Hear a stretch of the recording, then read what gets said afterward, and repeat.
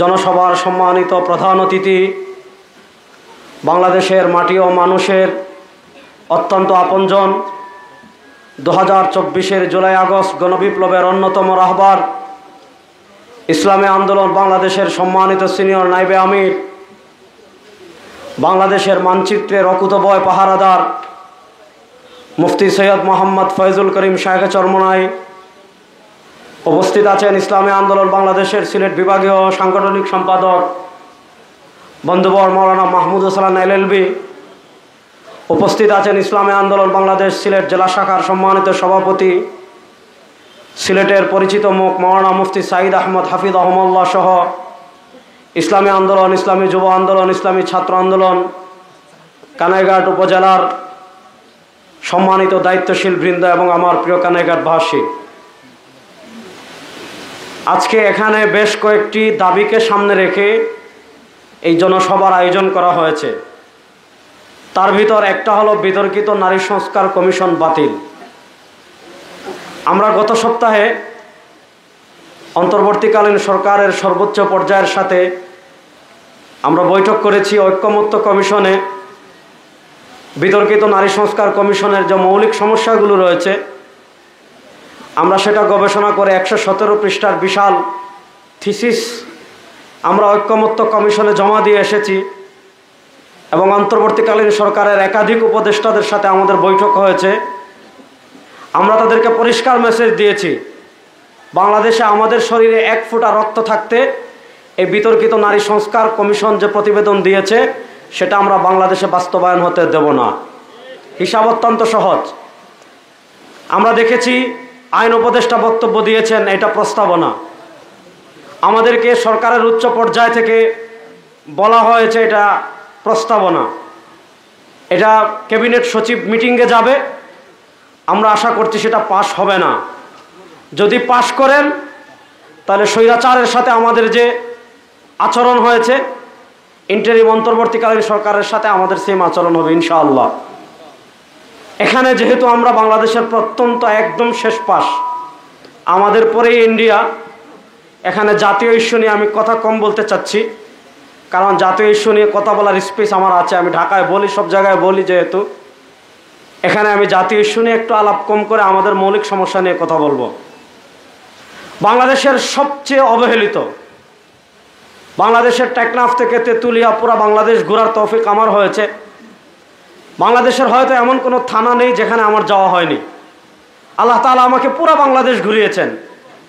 তো আমি সব জায়গায় বলি, পুরা বাংলাদেশের ভিতর সব থেকে অবহেলিত, সব থেকে পুরা বাংলাদেশ কিছু না কিছু উন্নয়ন হয়েছে, কিন্তু সবচেয়ে অবহেলিত যে এলাকা সেই এলাকা হলো আমাদের কানাইঘাট।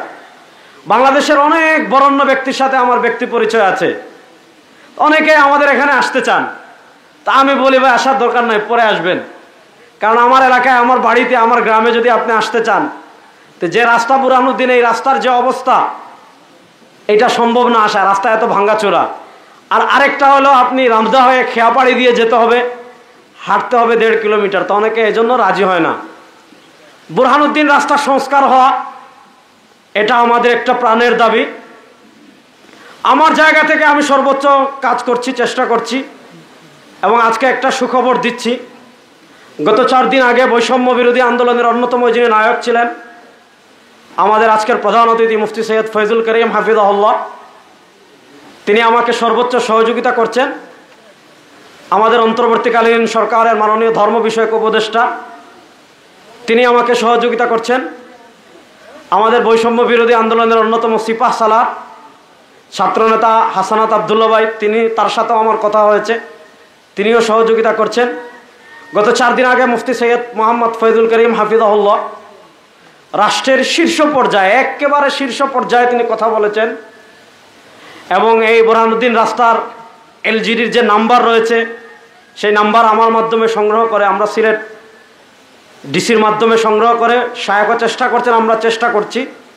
ইনশাআল্লাহ খুব দ্রুত বুরহানুদ্দিন রাস্তা সংস্কার হবে ইনশাআল্লাহ। বাকি যেটা আরেকটা বিষয়, কানাইঘাটের লুবাচড়া সহ সিলেটের পাথরকুয়ারি দ্রুত খেলা দেওয়া। অন্তর্বর্তীকালীন সরকার প্রতিষ্ঠা হওয়ার পর, ক্ষমতায় আসার পর বাংলাদেশের যে কয়েকজন রাজনীতিবিদকে সবার আগে, এমনকি ইন্টারিম গভর্নর, আপনারা জানেন 4 আগস্ট ঢাকার রাজপথ দখল করেছিল প্রথম ইসলামী আন্দোলন, 5 আগস্ট কারফিউ ভেঙে প্রথম রাস্তায় নেমেছিল ইসলামী আন্দোলন, বৈষম্য বিরোধী ছাত্র আন্দোলনে অন্যতম নেতৃত্ব দিয়েছিলেন মুফতি সৈয়দ ফয়জুল করিম শাইখে চরমোনাই হাফিজাহুল্লাহ। এটা শুধু আমরা না, যারা ছাত্র নেতৃত্ব দিয়েছেন তারাও এটা দ্ব্যর্থহীন কণ্ঠে স্বীকার করেন।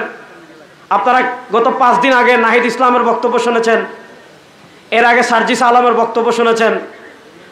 গতকাল রাতে আজকে সকালেও হাসানাত আব্দুল্লাহ ভাই আমাকে মেসেজ করেছে যে ভাই 2024-এর জুলাই আগস্টের গণ অভ্যুত্থানে আপনারা যে পারফরমেন্স করেছেন, যে অবস্থান দেখিয়েছেন, এখন যে আওয়ামী লীগ ফেসিবাদ, এই কানাইঘাটে 2018 সালে মুফতি সৈয়দ রেজাউল করিম হাফিজাহুল্লাহর মাহফিল ছিল, এই আওয়ামী লীগ ফেসিবাদ সেটা বন্ধ করে দিয়েছিল। আজকে আপনারা নাই, আমরা আছি। বাংলাদেশ এখন আমাদের দিকে আঙ্গুল তুলবে কেউ, এমন কোনো শক্তি নাই।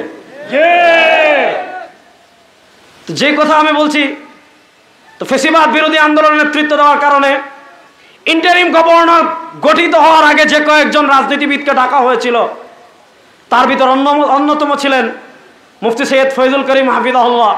এবং ডক্টর ইউনূসের সাথে শায়েখের প্রথম যে বৈঠক হয়, 8 তারিখ ডক্টর ইউনূস সাহেব ক্ষমতায় বসেছেন, এর 6-7 দিন পরে শায়েখে চরমোনাই প্রথম যেদিন ডক্টর ইউনূসের সাথে বৈঠক করেছিলেন, তো বৈঠকে উনি যখন প্রবেশ করবেন, আমি শায়েখের গাড়িতে ছিলাম।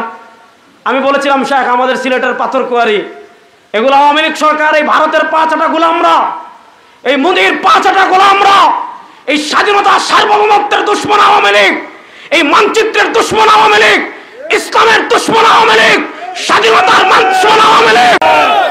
তারা আমাদের সিলেটের পাথরকুয়ারি বন্ধ করে দিয়েছিল। সিলেটের পাথরকুয়ারি বন্ধ করে তারা ইন্ডিয়া থেকে সিন্ডিকেট করে পাথর সাপ্লাই করেছিল।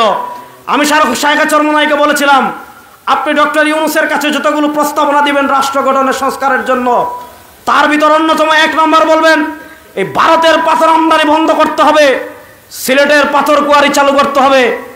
আমার আবদার শায়েখ রেখেছিলেন। ডক্টর ইউনূসের সাথে প্রথম বৈঠকে শায়েখ যে কয়েকটা প্রস্তাব দিয়েছিলেন, তার ভিতর অন্যতম হলো সিলেটের পাথরকুয়ারি খুলে দিতে হবে।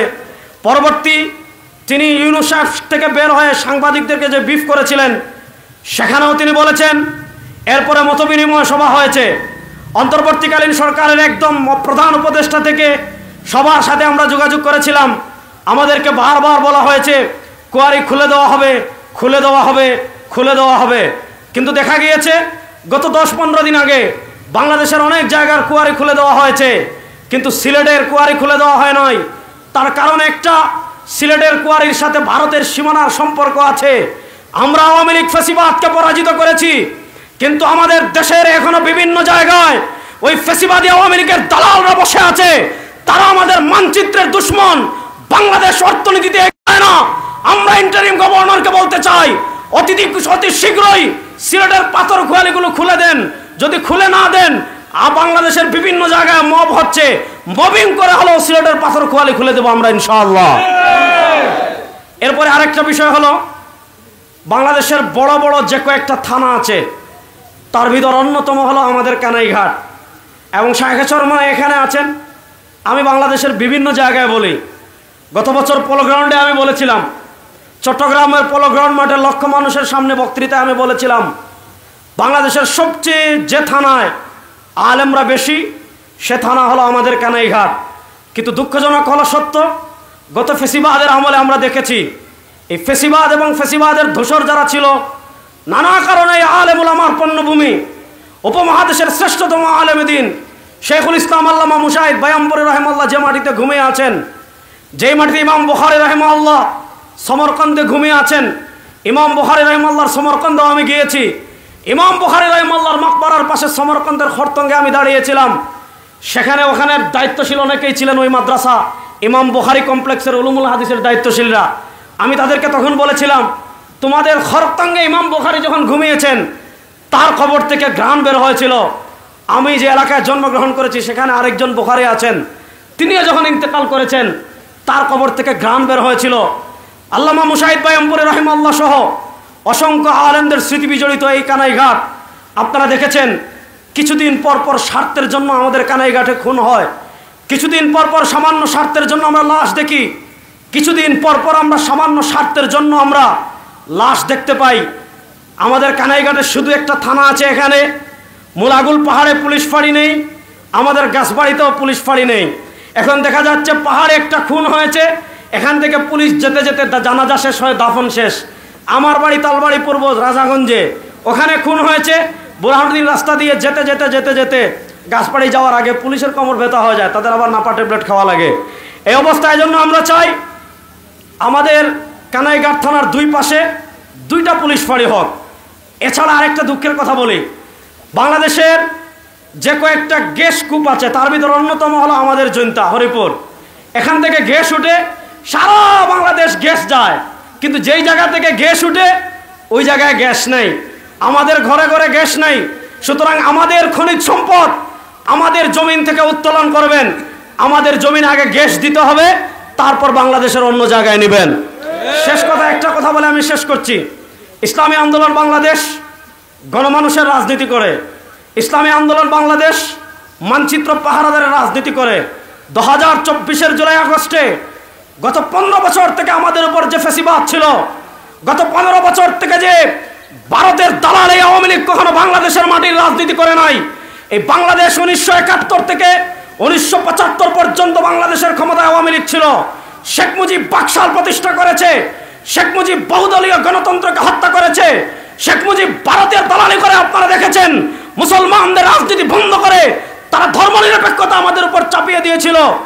এরপরে আমরা নানা লোকদের শাসন দেখেছি, নানা তন্ত্র দেখেছি, নানা মন্ত্র দেখেছি, ধর্মনিরপেক্ষতা দেখেছি, জাতীয়তাবাদ দেখেছি, মুক্তিযুদ্ধের পক্ষের শাসন দেখেছি, সমাজতন্ত্র দেখেছি, গণতন্ত্র দেখেছি। স্পষ্ট পেগাম দিতে চাই, স্পষ্ট বার্তা দিতে চাই, আর কোন তন্ত্র মন্ত্র দেখতে চাই।